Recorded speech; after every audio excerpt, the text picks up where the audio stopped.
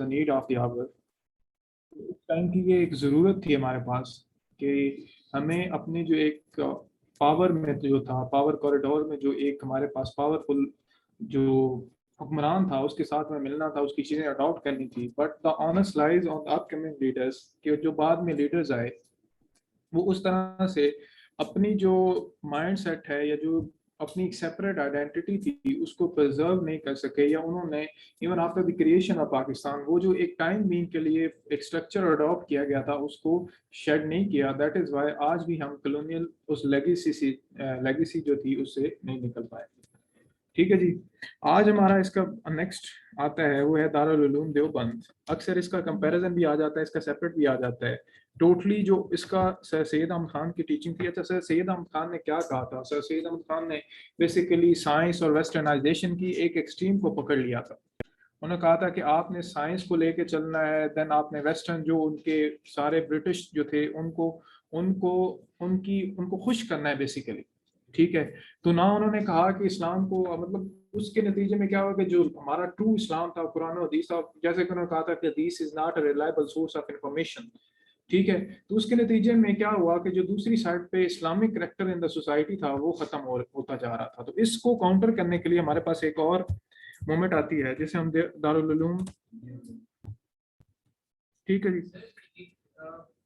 आपने last document दिया, अगर इसके बारे में तो सर सैयद ने जो उन्होंने किताब बुक्स लिखी थी, उन्होंने तो इस्लाम के ऊपर भी किताबें लिखी थी, अगर इसको काउंटर किया जाए। उन्होंने 3 से 4 बुक्स लिखी थी।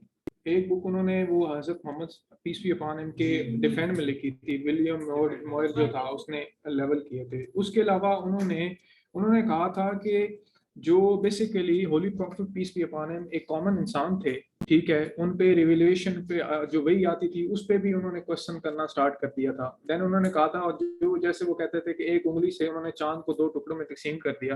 बेसिकली ये पर्सोनिफिकेशन ऑफ दैट पर्सनैलिटी थी कि वहां पे डिफरेंट लोग थे जिन्होंने क्या किया कि holy prophet peace be upon him की पर्सनैलिटी को एलिवेट करने के लिए उनके साथ ये मंसूब कर दिया।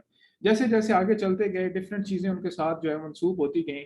तो ये काफी कंट्रोवर्शियल थिंग थी जिनको उलमा ने बाद में उनको इनफिडल भी करार दे दिया था, काफिर भी करार दे दिया था और उनको बाहर निकाल दिया था। और यही जो सेकुलरिज्म का कॉन्सेप्ट था, ये कायद आजम साहब जिसकी बात करते थे उस पर भी एक डिबेट है कि वो सेकुलरिस्ट थे या इस्लामिक आइडियोलॉजी, या बाद में जब उन्होंने बात की कि इस्लाम की बुनियाद पे पाकिस्तान बनना चाहिए, कौन सा एक कॉन्सेप्ट ऑफ इस्लाम, देवबंद का कॉन्सेप्ट ऑफ इस्लाम या सर सैयद अहमद खान का कॉन्सेप्ट ऑफ इस्लाम। ठीक है। सर सैयद अहमद खान का कॉन्सेप्ट ऑफ इस्लाम बिल्कुल ऑल टुगेदर 360 डिफरेंट है फ्रॉम द देवबंद। ठीक है।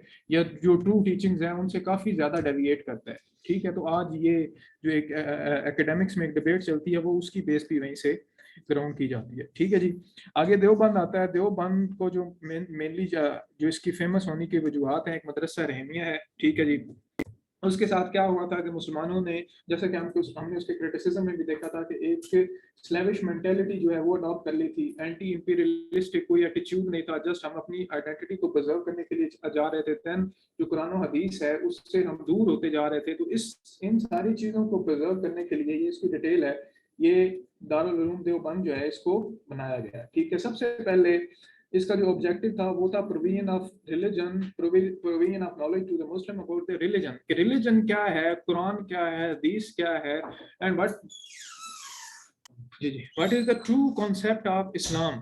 ठीक है। उसमें विदाउट एनी प्रोपोगंडा या इन्फ्लुएंस ऑफ गवर्नमेंट जो है किस तरह हम ट्रूली रिप्रेजेंट कर सकते हैं कुरान और हदीस को। ठीक है। इस पे उन्होंने मैसिवली राइटिंग्स भी की और अपने आप को एक बुलवाक प्रोटेक्ट की। बेसिकली जो अलीगढ़ मूवमेंट थी उसको ज्यादातर डोनेशन आ रही थी फ्रॉम द ब्रिटिश।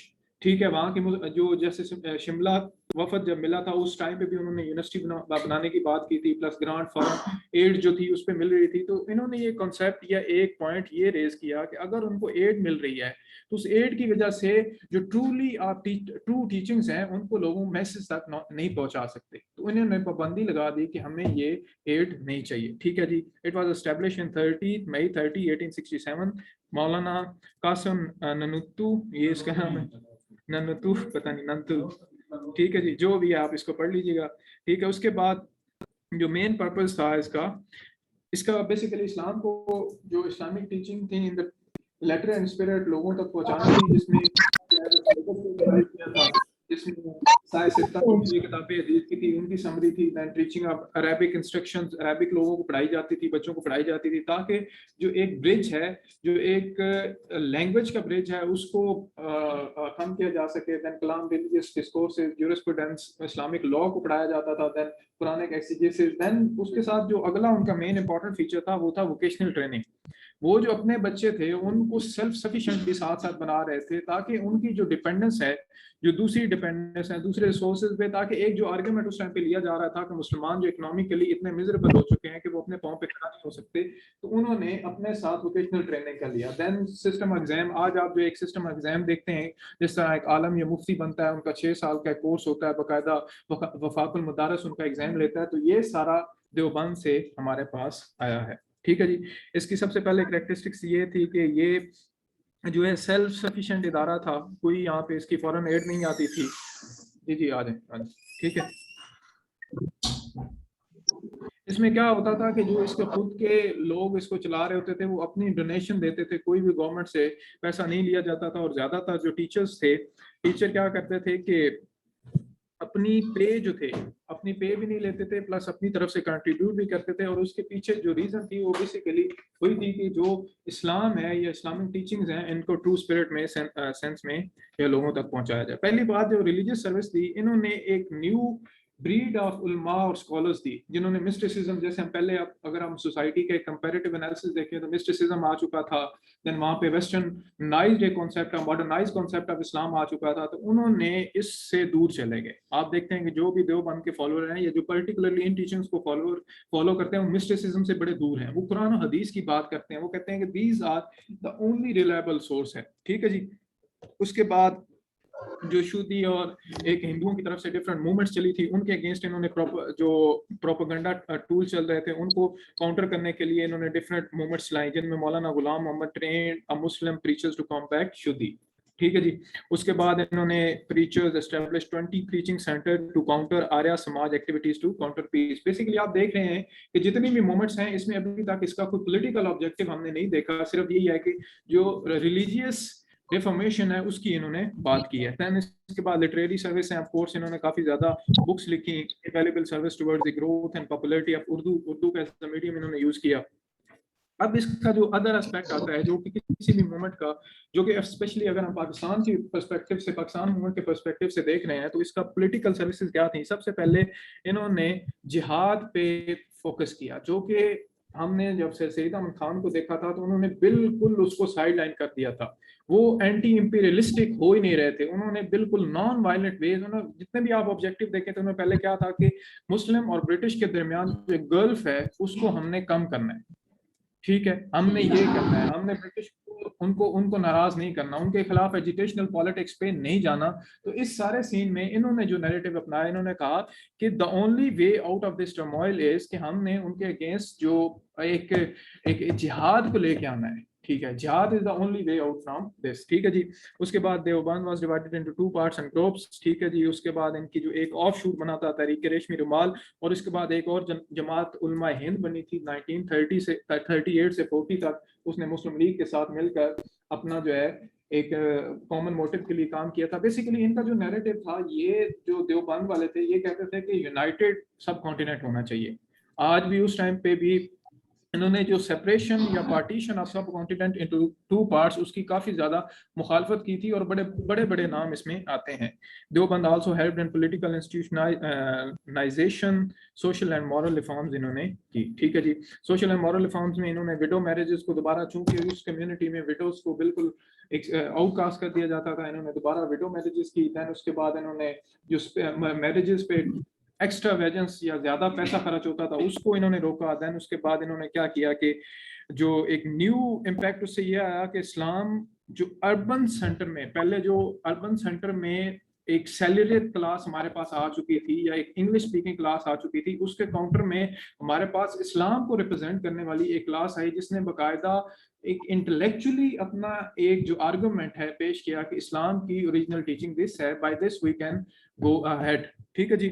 उसके बाद आप देखते हैं कि इसमें और भी realistic Islam, popularity of Quran and hadith and impact on subsequent religious movement like Tablighi Jamaat. Tablighi Jamaat भी है, बेसिकली जो है वो इन्हीं की एक उनकी जो एस्पायरेशंस है वो इन्हीं से जाके मिलती हैं। ठीक है जी। Sir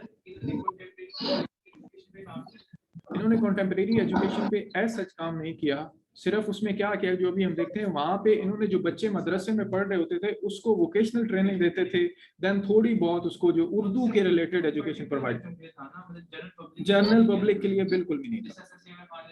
schools and all the stuff, बिल्कुल बिल्कुल ठीक कह रहे हैं। ठीक है जी। उसके बाद एजुकेशनल सिलेबस की बात कर ली, donors and preacher, no permanent income. ठीक है जी।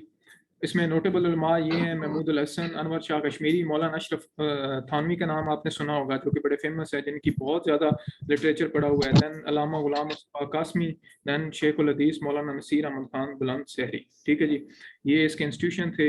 अगर हम इसका आप कंपैरिजन करते हैं, जो कि अक्सर एक क्वेश्चन आ भी जाता है, वो ये था कि सबसे पहले इनके बिल्कुल दो अपोजिंग व्यू थी, दो एक्सट्रीम्स थी, जिनमें एक वेस्टर्न कॉन्सेप्ट को लेके चल रहे थे, एक ऑर्थोडॉक्स एजुकेशन को लेके चल रहे थे। उसके बाद एजुकेशनल कॉन्शियसनेस उन्होंने प्रोवाइड किया, एक न्यू जो उस टाइम पे रेनेसांस उस टाइम पे चल रही थी यूरोप में, वो सारी एजुकेशन आ रही थी, साइंटिफिक एजुकेशन आ रही थी। देन जब सर सैयद अहमद ने कहा कि there could be no difference between work of the God and word of the God, तो वो उन चीजों में बात की, फिलोसफी इन वन हैंड, कलमा इन वन हैंड, जैसे वो उनकी कोटेशन भी एक थी। ठीक है जी। उसके बाद पॉलिटिकल फिलोसफीज भी इनकी ऐसा, इन्होंने पॉलिटिक्स पे काम नहीं किया, इन्होंने सिंपली ये यूज किया, जैसे कि इस्लाम का एक कॉमन हमारे पास नैरेटिव है कि जिहाद को लेके हमें दोबारा अपने आप को रिसर्च करना चाहिए, लेकिन दूसरी साइड पे उनकी जो फिलॉसफी थी वो लॉन्ग टर्म ऑब्जेक्टिव के साथ थी, जिसमें वो कहते थे कि एजुकेशन पे आप पहले काम करें, उसके बाद आप जो है वो पॉलिटिक्स से दूर रहें, देन आप जो है वो कन्फ्रंटेशनल पॉलिटिक्स से दूर रहें, देन आप जो है अपनी एक अलहदा, जब तक सेल्फ सफिशिएंट नहीं हो जाते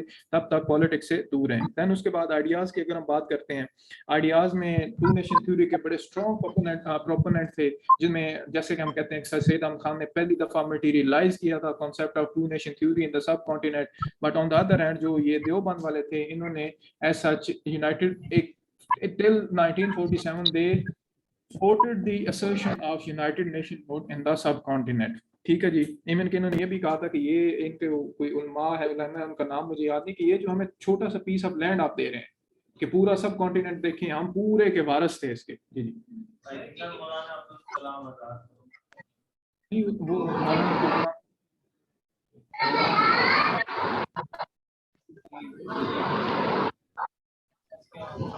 बेसिकली इनके पीछे जो फिलॉसफी थी, ये अपने आप को ये कहते थे कि हमें like we have power for so many years. ठीक है। अब हम अगर अलहदा हो जाते हैं तो हम जो माइनॉरिटी हैं, हमें एक थोड़ा सा हिस्सा मिलेगा। ठीक है। हमें बिल्कुल साइड लाइन कर दिया जाएगा। इन्हें लगता था कि कहीं ना कहीं हम जो है दोबारा पावर में आ सकते हैं, पूरे हिंदुस्तान पे आ सकते हैं। ठीक है। तो माइनॉरिटी आप देखिए, पाकिस्तान का जो हिस्सा आपको मिला है, अगर आप पूरे सब कॉन्टिनेंट को देखते हैं कितना मिला है, अगर आप उस टाइम पे मुसलमानों की पॉपुलेशन को भी देख लें, पॉपुलेशन का पूरा अंदाजा कर लें, इस टाइम पे इंडिया में कितने मुसलमान हैं?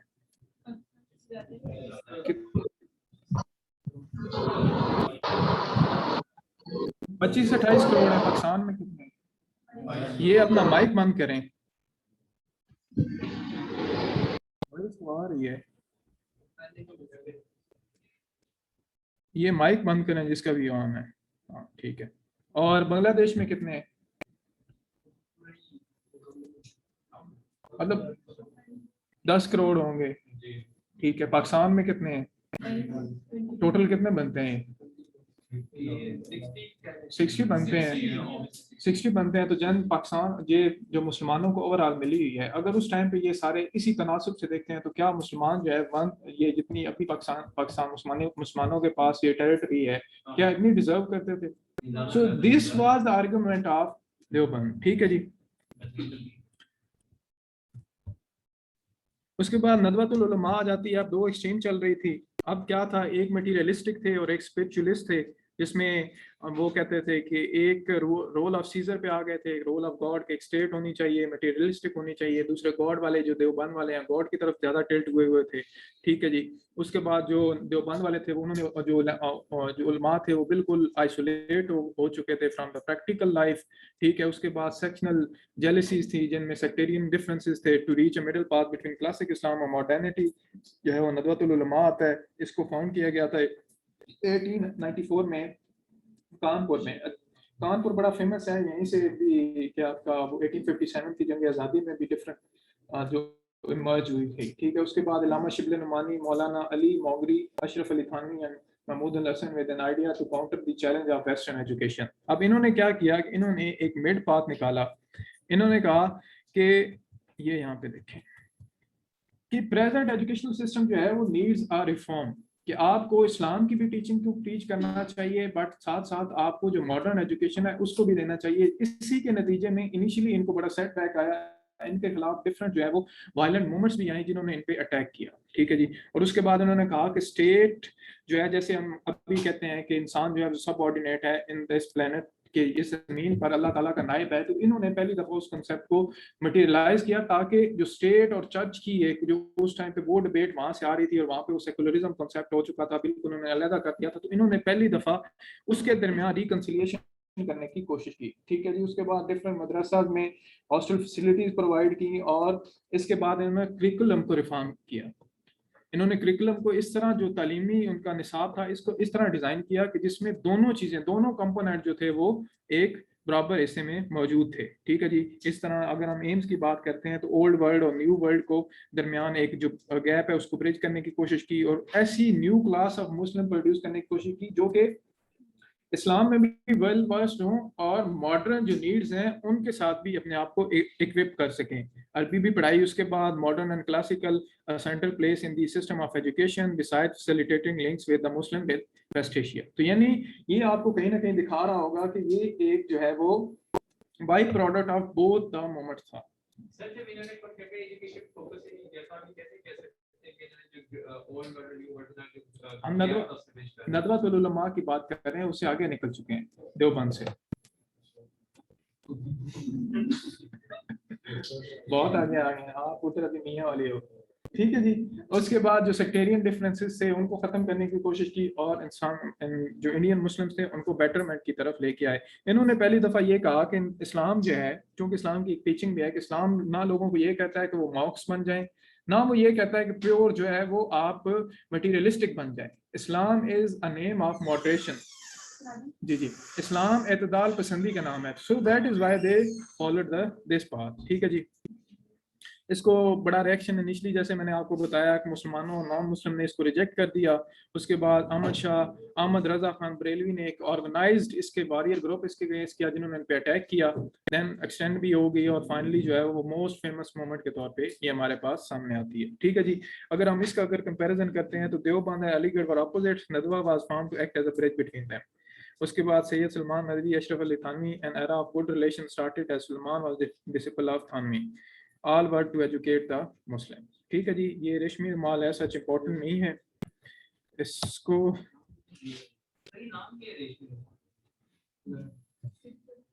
यार उसको कब्र से उठा के पूछना पड़ेगा कि क्या यार है।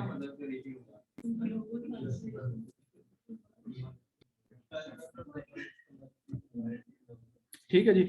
अब यहाँ तक जो हमने क्वेश्चन पढ़े हैं उसमें सबसे पहले एवोल्यूशन ऑफ मुस्लिम सोसाइटी पढ़ा था, देन हमने रिफॉर्मिस्ट मूवमेंट पढ़ी थी। रिफॉर्मिस्ट मूवमेंट में दो प्री ये आपके 1857 पीरियड्स, दो पहले की थी, दो आफ्टर दैट थी, जिनमें अलीगढ़ और ये आपकी देवबंद थी, और देन नदवतुल उलमा को हमने एज अ कंपैरिजन पढ़ा था, ठीक है जी। अब हम चल रहे हैं towards the creation of Pakistan, जिसमें हम कुछ मेजर जो हैं आपके पढ़ेंगे।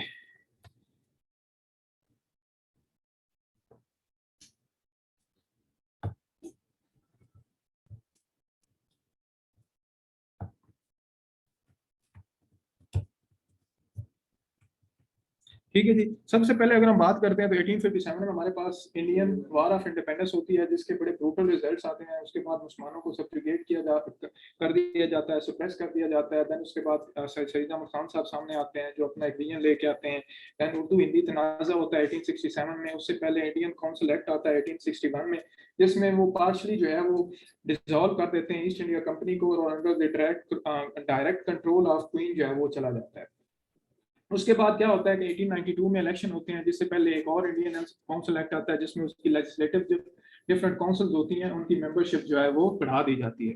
तो एज अ रिजल्ट क्या होता है कि मुसलमानों में एक तरफ से एजुकेशन और पॉलिटिकल जो कॉन्शियसनेस है वो इंक्रीज होता जाता है, फाइनली जब वासराय आता है 1905 में, शिमला के मुकाम पे एक वफ्द मिलता है मुसलमानों का, जिसमें वो बड़े जो है वो फेवरेबल या रीजनेबल उनको एक आंसर्स देता है, और एज अ रिजल्ट वहाँ पे एक तरफ आपकी उस टाइम पे पार्टीशन ऑफ बंगाल भी हो जाती है 1905 में, जिसमें मुसलमानों को एक रियलाइजेशन होती है कि दे are in dire need of a political organization. As a result, 30 दिसंबर 1906 में मोहम्मदन एजुकेशनल कॉन्फ्रेंस के प्लेटफॉर्म से उसकी आई गेस फिफ्थ जो थी वो कन्वेंशन उसकी कॉन्फ्रेंस थी, वहाँ पे ऑल इंडिया मुस्लिम लीग जो है वो बन जाती है, जो कि फॉर्मली 1907, 8, 9 और ऑनवर्ड जो है वो डिफरेंट पार्ट्स ऑफ द सब कॉन्टिनेंट जो है वो वहाँ पे चली जाती है। उसके बाद क्या होता है कि लखनऊ पैक्ट, उससे पहले ये आती है मिंटो मोरले रिफॉर्म्स आती हैं, और उसके साथ ही जो गवर्नमेंट है वो ब्रिटिश में चेंज हो जाती है, लेबर पार्टी की गवर्नमेंट आ जाती है, जो कि बिटवीन जो यहाँ पे जो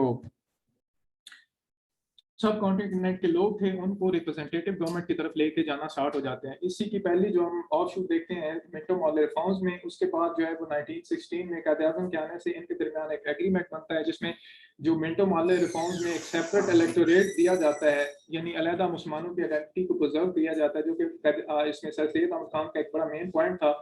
उसको मान लेती है आपकी कांग्रेस, और दोनों के दरमियान रिकंसिलिएशन चलना स्टार्ट हो जाती है। ये चलती है टिल 1919। वहां पे जब डायरकी आती है एक प्योर जो है रिप्रेजेंटेटिव गवर्नमेंट की तरफ, जो कि government of the indigenous people है, उसकी तरफ चलना स्टार्ट हो जाती है। लेकिन उसके बाद 1919 में खिलाफत मूवमेंट में स्टार्ट हो जाती है, जिसमें बोथ जो है आपकी कांग्रेस और आपका जो मुस्लिम लीग है दोनों हिस्सा लेते हैं। गांधी साहब बड़ी इसको सपोर्ट करते हैं, बट इसका बड़ा एक ड्रास्टिक एंड हो जाता है, और मुसलमान और जो हिंदू हैं वो उनके जो रास्ते हैं वो जुदा जुदा हो जाते हैं। ठीक है जी, जिसमें 1922 की हिंदू मुस्लिम राइट्स बड़ी फेमस है। देन उसके बाद दोबारा इनको रिकंसिलिएट करने के लिए 1927 में दिल्ली मुस्लिम प्रपोजल्स होते हैं, उन प्रपोजल का कोई खातिर खा नतीजा नहीं आता। उसके बाद एक और बड़ा रेडिकल चेंज आता है, वो आते हैं पॉइंट्स ऑफ नेहरू 1928 में, जिसमें बिल्कुल सेपरेट इलेक्टोरेट को निगेट कर देता है, मुसलमानों की सेपरेट आइडेंटिटी को मानने से इनकार कर देता है। आल दो उनको कायद आजम साहब ने एक मिड वे प्रोवाइड किया था, और बाद में उन्होंने जब 14 पॉइंट्स लेके आए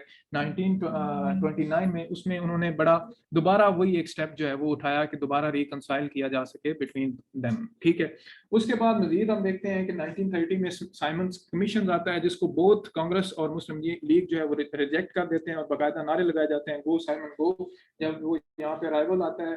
लेकिन वो फाइनली अपनी रिपोर्ट जो है वो दे के जाते हैं। दैन उसके बाद जो फेमस आपने बचपन से पढ़ते आ रहे हैं 1930 का बाल का अलाहाबाद एड्रेस होता है, फिर राउंड टेबल कॉन्फ्रेंस होती हैं, जिसमें जो मुस्लिम लीग की तरफ से मेन लीडर और जो कांग्रेस के मेन लीडर जो थे वो मिसिंग थे इनिशियली, और इसका भी कोई हमारे पास रिजल्ट नहीं आता। ठीक है जी, उसके बाद 1932 में कम्युनल अवार्ड आता है, फिर 1935 में पहली दफा गवर्नमेंट ऑफ इंडिया एक्ट आता है, जो पहली दफा इन द ट्रू सेंस जो है प्रॉपर इंडियन गवर्नमेंट को एस्टेब्लिश करने की कोशिश करते हैं, जो कि हमारे आज भी हम कॉन्स्टिट्यूशन में देखते हैं। जो different parts of the constitution है वो वहाँ से ड्राइव, उसकी एस्पायरेशन वहाँ से ड्राइव की गई है। 1947 में जब इंडियन इंडिपेंडेंस एक्ट आया था, उसकी बेस भी यही बनाया गया था, और पाकिस्तान के 1956 तक जो इंटरिम कॉन्स्टिट्यूशन चलता रहा था, वो 1935 के गवर्नमेंट ऑफ इंडिया एक्ट को अमेंड करके चलाया जाता रहा। ठीक, उसके बाद 1937 के इलेक्शन होते हैं, जिसमें कांग्रेस जो है वो स्वीप कर जाती है। As a result Congress ministries बनती हैं, वो इतना ज्यादा मुसलमानों को मिजरेबली ट्रीट करती हैं कि जब वो उनका एंड होता है तो उस टाइम पे उसको कायद-ए-आज़म साहब कहते हैं कि आप डे ऑफ डिलीवरेंस के तौर पे इसको मनाएं। दैन उसके बाद 1940 में पीरपुर रिपोर्ट के बाद 1940 में पाकिस्तान रेजोल्यूशन आ जाती है। पाकिस्तान रेजोल्यूशन में क्लियरली जो है वो बता दिया जाता है कि we want a separate homeland. Sir ठीक, कांग्रेस पीरपुर रिपोर्ट दोबारा से कांग्रेस रूल जब 1935 में इलेक्शन होता है तो ओवरऑल एक स्लीपिंग मेजोरिटी के साथ कांग्रेस जो है, इसको हम डिटेल में पढ़ेंगे ये वाले यूनिट्स, कांग्रेस आ जाती है पावर में, उसमें इतना वो ज्यादा सायतरंगा आ जाता है उनका। देन उसके बाद मुसलमानों को, क्योंकि मेन सारी मिनिस्ट्रीज उनके पास चली जाती हैं, ठीक है, मुसलमानों के साथ बड़ी क्या कहते हैं कि उनकी नाइंसाफी होती है। उस नाइंसाफी के नतीजे में मुसलमान जो पहले कहीं ना कहीं उनके कायद-ए-आज़म की माइंड में भी ये था कि हम यूनाइटेड जो नेशन होता है या एक यूनाइटेड सब कॉन्टिनेंट में रह सकते हैं, वो उस टाइम पे चला जाता है। ठीक है, उनके माइंड से बिल्कुल वैनिश हो जाता है। ठीक है, उसके बाद क्रिप्स मिशन आता है, देन गांधी जना टॉक्स होती हैं दोबारा, देन शिमला कॉन्फ्रेंस होती है, और ये वाला 1940 से 1947 तक जो एरा है, इसमें प्रॉपर ट्रू सेंस में हमारे पास जो एक सेपरेट होमलैंड की तरफ हम चलते हैं, जिसमें आपका 3 जून का प्लान आता है लास्टली, उसके बाद इंटरिम गवर्नमेंट उससे पहले बनती है, उससे इलेक्शन भी होते हैं 1945 में 6 में, ठीक है जी, और उसके बाद रेड क्लिफ अवार्ड आता है। रेड क्लिफ अवार्ड के बाद फॉर्मली जो है 14 अगस्त 1947 को पाकिस्तान जो है वो हमारे वजूद में आता है, ठीक है जी।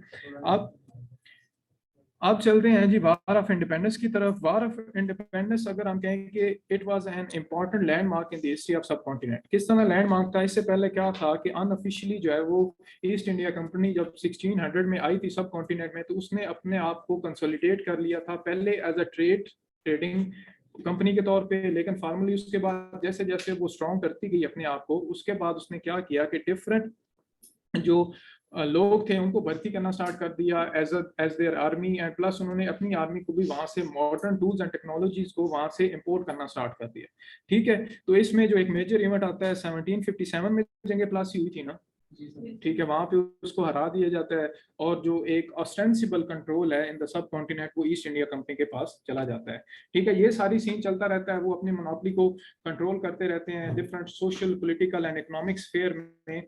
वो हिंदुओं और मुसलमानों को बिल्कुल साइड लाइन करते हैं। एज अ रिजल्ट क्या होता है कि उनका जो लावा जैसे कहते हैं कि हादसा परवरिश करता है बरसों, तो वो करते करते 1857 का दिन आ जाता है, और एक और इवेंट होता है जिसमें क्या होता है कि एक उनकी राइफल्स थी जिसमें जो कार्टेजेस थे वो ग्रीस थे, और उसमें क्या हुआ कि एक सॉर्ट ऑफ कॉन्स्पिरेसी फैल गई कि ये जो बनी हुई है काओ के और पिग का जो गोश्त है उससे बना हुआ, काओ जो था वो सेक्रेट था फादर हिंदूज, और जो पिग था उससे अवर्स थे मुस्लिम्स, क्योंकि वो कंसिडर्ड देम एज हराम, ठीक है जी। तो उसके नतीजे में क्या हुआ कि जनवरी 23 में एक 1857 को एक सी बॉय जो वहां पे उसके जो सोल्जर्स थे या सोल्जर थे उनको कहा जाता था, उन्होंने उसको यूज करने से इनकार कर दिया, और इनकार करने के नतीजे में पहले उसको कोर्ट मार्शल किया गया, देन उसको किल करके ब्रिटिश ऑफिसर ने लटका दिया एक बैरक फोर पे, और ये आग खबर जो है जंगल में जैसे वो कहते हैं कि आग की तरह फैल गई, और प्रॉपर जो है वो रिवॉल्ट या जंग आज़ादी जो है वो स्टार्ट हो जाती है,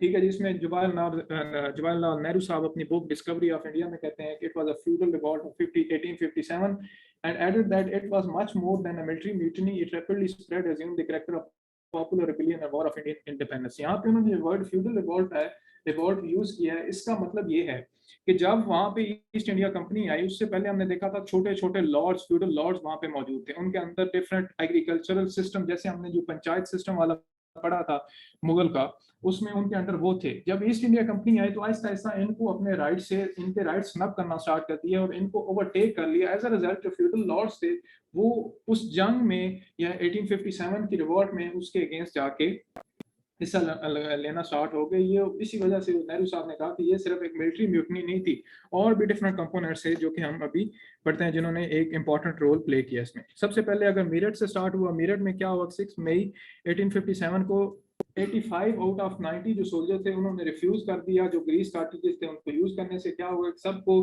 जो है वो उन्होंने कोर्ट मार्शल कर दिया और 10 साल वहां पे उनको सजा सुनाई। एज अ रिजल्ट क्या हुआ कि उन्होंने बड़ी डिस्ग्रेस फील की और जाके उन्होंने उनके खिलाफ रिवॉल्ट कर दिया और यहीं से उन्होंने मूव कर दिया टुवर्ड दिल्ली। दिल्ली से पहुंचती मई 1857 में उन्होंने बहादुर शाह जफर को अपना एम्परर डिक्लेयर कर दिया, और जो वहां पे जो क्या कहते हैं एक किला था उसमें उन्होंने अपनी जो पावर है या अपनी जो हुकूमत है उसको कायम कर लिया। वहाँ पे डिफरेंट जो ये जॉन निकलसन था इसने उसको भेजा वहाँ पे, 4 मंथ तक उसको बिसीज किए रखा, और फाइनली उसको बहादुर शाह जफर को कैद करके उन्होंने बर्मा भेज दिया, ठीक है जी। ये इसकी पिक्टोरियल रिप्रेजेंटेशन है जी।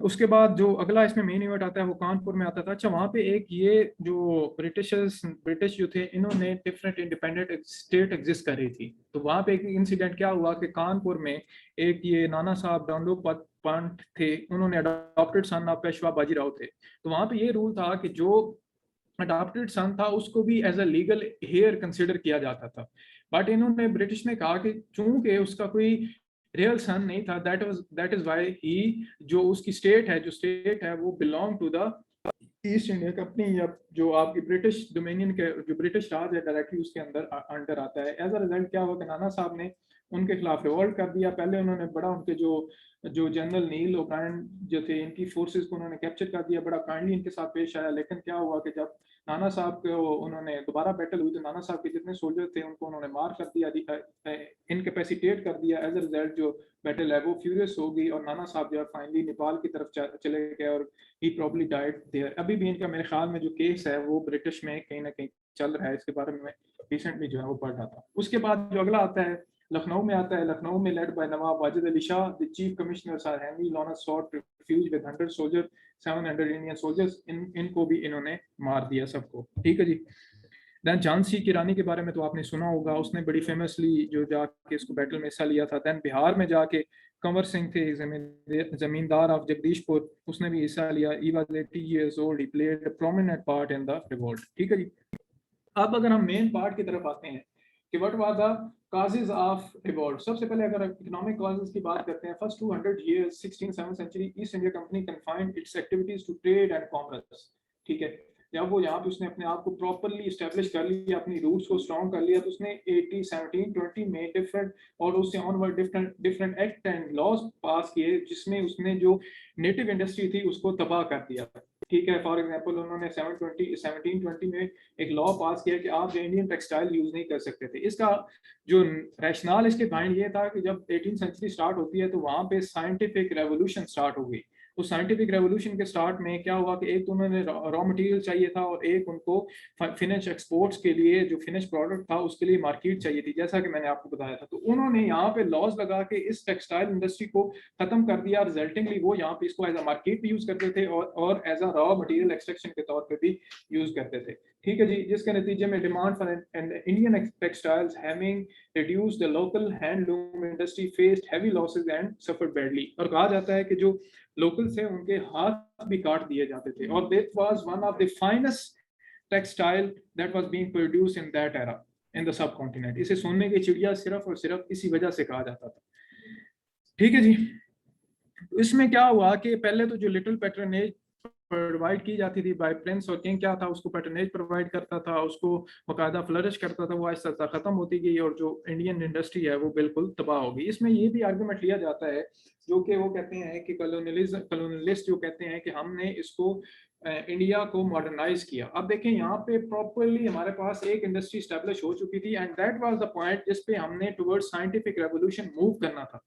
लेकिन उन्होंने आगे दरमियान में इस चीज को सप्रेस कर दिया और अपनी जो इंडस्ट्री है उसको फोर्सफुली इंपोज कर दिया हम पे। और एज अ रिजल्ट जो ब्रिटिश सब कॉन्टिनेंट का जीडीपी था that decline from 23% to almost 3%, ठीक है जी। तो ये सारा सीन उनकी मेहरबानी से हमारे पास आता है, ठीक है जी। उसके बाद अगर हम सोशल और रिलीजियस काजेस की बात करें, सबसे पहले उन्होंने क्या किया कि जब ब्रिटिश यहाँ पे आए तो उन्होंने अपने साथ क्रिश्चियनिटी के मिशनरीज लेके आना स्टार्ट हो गए, जिन्होंने बाकायदा जो सोल्जर्स थे उनको बुला के प्रीच किया जाता था। देन उन्होंने क्या किया कि एक एक्ट और लॉ पास किया कि अगर आप कहीं पे चर्च और क्या कहते हैं टेम्पल बिल्ड कर रहे हैं तो उस पर आपको टैक्स पे करना पड़ेगा। देन उन्होंने एक और एक्ट पे 1856 में पास किया जिन्होंने कहा था कि जो भी सोल्जर्स हमारे पास रिक्रूटेड हैं उनको पहली तो बात यह है कि जहां भी डिप्लॉय करना चाहे आपकी ये ब्रिटिश करना चाहे वो कर सकते थे। हमने जैसे कि पहले अपने लेक्चर में पढ़ा था कि जो हिंदू थे उनमें एक बिलीफ पाया जाता था कि जब आप समंदर से पार चले जाएं या हिमालय से पार चले जाएं तो आप जो है आउटकास्ट हो जाते हैं। तो एज अ रिजल्ट ये भी बड़ी इंफीरियोरिटी लेके आया टुवर्ड्स अदर, ठीक है जी।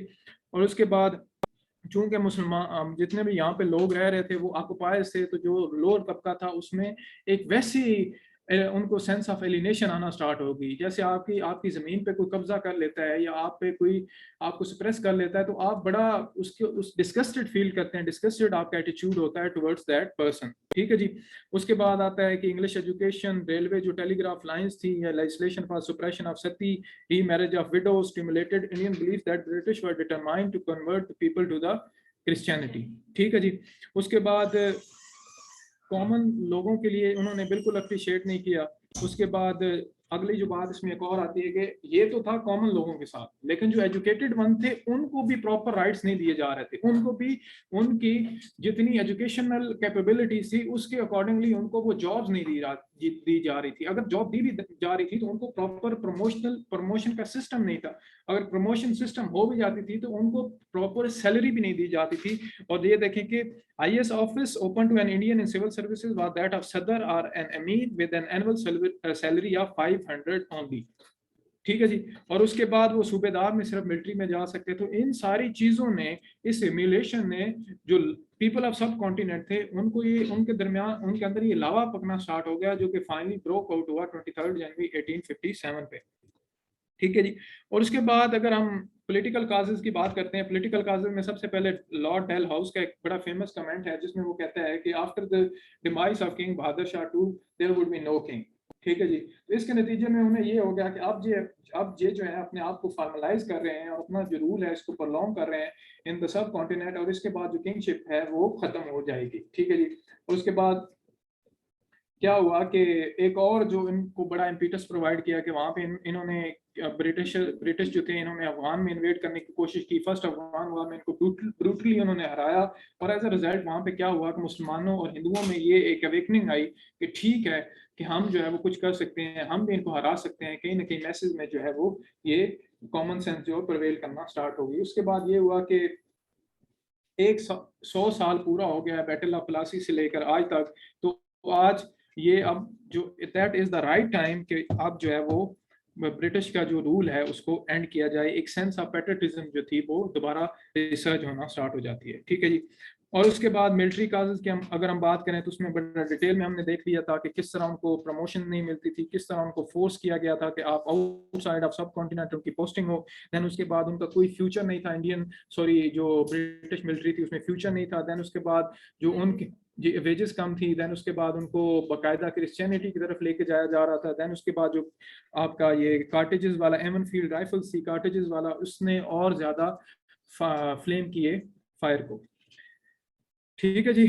उसके बाद British confiscated the land and property of many landlords. The landlords become leader of the revolt. Thousands of soldiers under the employment of native states became jobless when the state were next to the British dominion. ठीक है जी। 16,000 families lost their livelihood.